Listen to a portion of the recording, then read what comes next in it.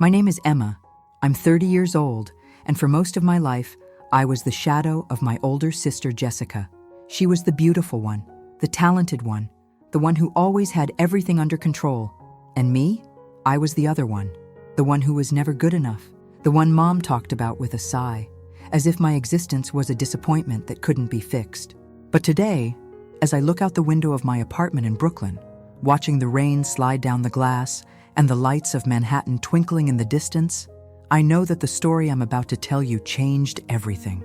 This is the story of how I was called a failure at my own sister's wedding, and how a few months later, I became the only person who could save our family.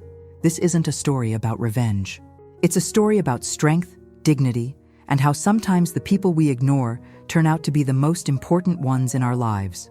On August 15th, 2025, a Saturday afternoon, New York City was bathed in summer sunshine.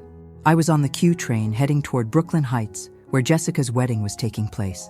Through the window, I watched the streets of Manhattan, people sitting at outdoor cafes, couples walking hand in hand through Washington Square Park. I wore a simple navy dress I'd bought at Macy's the week before. Nothing special, nothing that could outshine the bride. Because that was the rule in our family, Emma can't shine when Jessica is center stage. Jessica was marrying Daniel, a 36-year-old tech entrepreneur from San Francisco who ran a successful cryptocurrency investment firm. They'd met a year earlier at some exclusive networking event in the Hamptons. Their relationship was like something out of a movie, at least that's what Mom said. Daniel was handsome, wealthy, and head over heels in love with my sister. The wedding was being held at an elegant waterfront venue in Brooklyn Heights, the kind of place where New York's elite held their celebrations. The cost of the entire wedding, according to family gossip, exceeded $150,000. When I got off the train and walked toward the venue, I felt a knot in my stomach. I wasn't excited. I should have been, right? I should have been happy that my sister was getting married. But instead of joy, I only felt fear. Fear of the looks, the whispers, of what Mom would say this time. I walked inside. The halls were decorated with white roses and gold chandeliers. Everything looked like it belonged in a bridal magazine. Guests were already gathering elegantly dressed people with champagne flutes in their hands. I recognized a few faces: Aunt Linda from Chicago, Uncle Tom from Boston, Cousin Rachel from Seattle. All smiling, all elegant, all waiting for the big event. I found my seat at table number 16. I was placed with distant relatives, people I barely knew. Not with Mom, not with my sister, not with anyone close. With people who had no idea who I was. That was another sign of my position in the family hierarchy. The ceremony was beautiful. Jessica looked stunning in a wedding gown by a renowned designer from Los Angeles that cost more than my annual salary. Her blonde hair was styled in an elegant updo, makeup perfect, smile radiant. Daniel looked at her like she was the only woman in the world. When they exchanged vows, I saw tears in the guests' eyes. Even I felt something in my throat, though I knew that for them I was just background in this perfect story. After the ceremony came the reception. Music, dancing, food, toast after toast. I sat at my table, sipping wine and pretending to have a good time. I made small talk with my neighbor about the weather, about traffic on the BQE, about nothing in particular. I tried to be invisible because that was safer. But then came the moment I'd been dreading, the family toast. Mom stood up with a glass in her hand. Margaret Bennett, 57 years old, was a woman who always cared about appearances. Her silver blonde hair was perfectly styled, her emerald dress elegant, her makeup flawless. She looked like a successful woman, though in reality she hadn't worked in years and lived off the savings Dad had left when he died 11 years ago. She began talking about Jessica, about how wonderful she'd been since childhood, about how she always knew Jessica would achieve something great, about how proud she was of her daughter who'd found such an amazing husband. The room listened attentively, and then Mom looked in my direction and said something that stabbed into my heart like a knife. "You know, Emma, you'll never be like Jessica, and that's okay. Not everyone can be a star. Some people are here to support the stars from the shadows." The room froze. I heard murmurs. People started looking at each other. Someone coughed uncomfortably. My Aunt Linda shook her head in disbelief, but Mom smiled as if she'd said something wise and motivating. She raised her glass to Jessica and Daniel. Everyone raised their glasses. I raised mine too, but my hand was shaking. I felt tears welling up in my eyes. I couldn't cry. Not here, not now, not in front of everyone. I put down my glass, stood up, and headed toward the restroom. I needed a moment to myself. I locked myself in a stall and let the tears flow. I was furious. I was hurt. I was tired of being invisible. I thought about all the moments in my life when Mom chose Jessica. When we were kids, Jessica got the new doll and I got the hand-me-down. Jessica went to dance classes and I was told it was too expensive. Jessica had her college fully paid for and I had to work part-time to finish my degree. I was always second, always the lesser one. When I returned to the hall, the party was in full swing. Jessica and Daniel were dancing their first dance. They looked like a fairy tale couple. No one noticed my return. No one asked if I was okay. I was invisible. As always, I decided to leave early. No one noticed. I grabbed my purse and headed toward the exit. As I passed through the hall, I glanced once more at Mom. She was sitting at the main table, chatting with some aunt, laughing, happy, proud of her perfect daughter, Jessica. I went home on the subway. New York City at midnight was quiet. The streets of Brooklyn glowed with the orange light of street lamps. When I got to my apartment in Park Slope, a small studio I rented for $2,200 a month, I sat on the couch and allowed myself to cry. I cried for an hour, and then I decided to do something. I couldn't be invisible anymore. I couldn't be the one who's always in the shadows. I had to prove to Mom, to Jessica, and to myself that I was worth more. At that time, I was working at a small digital marketing agency in Midtown as a social media specialist. I was making $55,000 a year. Not much, but enough to live on. I was good at my work, really good. My clients were satisfied, my campaigns delivered results. But I never believed I could do more. I never believed I deserved more. That night, after returning from the wedding, I made a decision. I would start my own business, a marketing agency. I would work harder than ever. I would prove to everyone that Emma Bennett wasn't a failure. The next day, Sunday, I started planning. All week after work, I stayed up late creating a business plan. I read about how to start a company in New York, how to get clients, how to promote yourself. I signed up for webinars, bought books, talked to people who'd already done it. In September, 1 month after the wedding, I registered my LLC. I called it Spark Media Marketing Agency. I had my savings, $15,000 that I'd collected over the years. That was my startup capital. The first few weeks were tough. I was scared.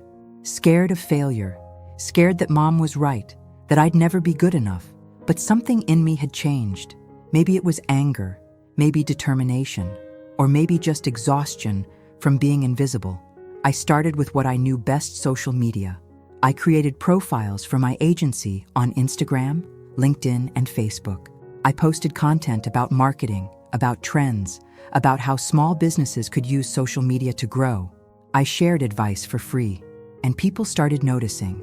In October, I got my first client, a small coffee shop in Williamsburg, whose owner, Sarah, was looking for help promoting her business.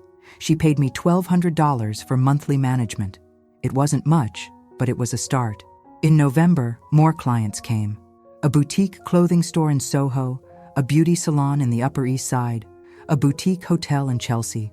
I treated every project like the most important one of my life. I worked nights, weekend after weekend. My campaigns delivered results. Clients were happy. They referred me to others. In December, my agency had 20 steady clients. I was making $30,000 a month, more than triple what I made at my old job. I was proud. But I didn't tell Mom or Jessica. I didn't want to. Not yet. In January came the breakthrough. I landed a contract with a major real estate development company in Manhattan. They wanted a comprehensive digital marketing campaign for their new luxury condo project. The budget was $200,000. I couldn't believe it. It was more than I'd earned in an entire year at my previous job. I took the project, and I delivered it perfectly. The campaign was a success. The company was thrilled. And me? I was in shock. I'd actually done it. By February, 6 months after Jessica's wedding, my agency was employing 5 people. I rented a small office space in Tribeca. I had 35 clients. I was making $80,000 a month. I was at a point I never thought I'd reach. But then I got a phone call that changed everything. It was Mom. Her voice sounded different than usual. It didn't have that confidence, that superiority. It sounded weak, tired. "Emma, we need to talk. Can you come over?" I went the next day. The house where we grew up in Westchester, in Scarsdale, looked the same as always. A 2-story colonial from the 90s with a small garden in front. But something about it was different, as if it had lost its former shine. Mom opened the door. She looked tired. Her silver blonde hair wasn't so perfectly arranged anymore. Less makeup, simple dress, ordinary. This wasn't the woman I'd seen at Jessica's wedding. I walked in. Jessica was also sitting in the living room. My sister looked equally tired. Her blonde hair was pulled back in a messy ponytail. No makeup. She looked like she'd been crying. "What's going on?" I asked. Mom sat down heavily on the couch. She took a deep breath. "Emma, we have problems. Serious problems." And then I learned the truth. Daniel, Jessica's husband, that wonderful entrepreneur, that perfect man, was a fraud. His cryptocurrency firm was a Ponzi scheme. He'd scammed investors out of millions of dollars, and now he'd fled. Nobody knew where he was, probably out of the country, beyond the reach of U.S. law enforcement. Jessica was left alone, in debt. It turned out Daniel had taken out loans in her name. Massive loans, $500,000, and he disappeared, leaving her with that debt. But that wasn't all. Mom also had problems. Her savings, the ones she'd been living on for years, were invested in Daniel's firm. She'd invested everything, $250,000, all of it gone. The house in Scarsdale was mortgaged. The bank was threatening foreclosure. Mom and Jessica had 2 months to pay $160,000 in overdue mortgage payments, or they'd lose the house. The 3 of us sat in the living room. Mom was crying. Jessica was crying. And I looked at them in silence. This was a moment I'll never forget. The women who'd told me my whole life that I wasn't good enough were now sitting in front of me, broken, helpless, with nothing. Mom looked up at me and said something I never thought I'd hear. "Emma, we need your help. You're the only person we can turn to." I looked at them for a long time. I could have said no. I could have turned around and walked away. I could have said that I'm not the star, just that shadow that supports the stars. I could have reminded them of all those years when I was ignored, humiliated, treated as less important. But I didn't, because I didn't want to be like them. I didn't want to use someone's desperation to show my strength. That wasn't the point.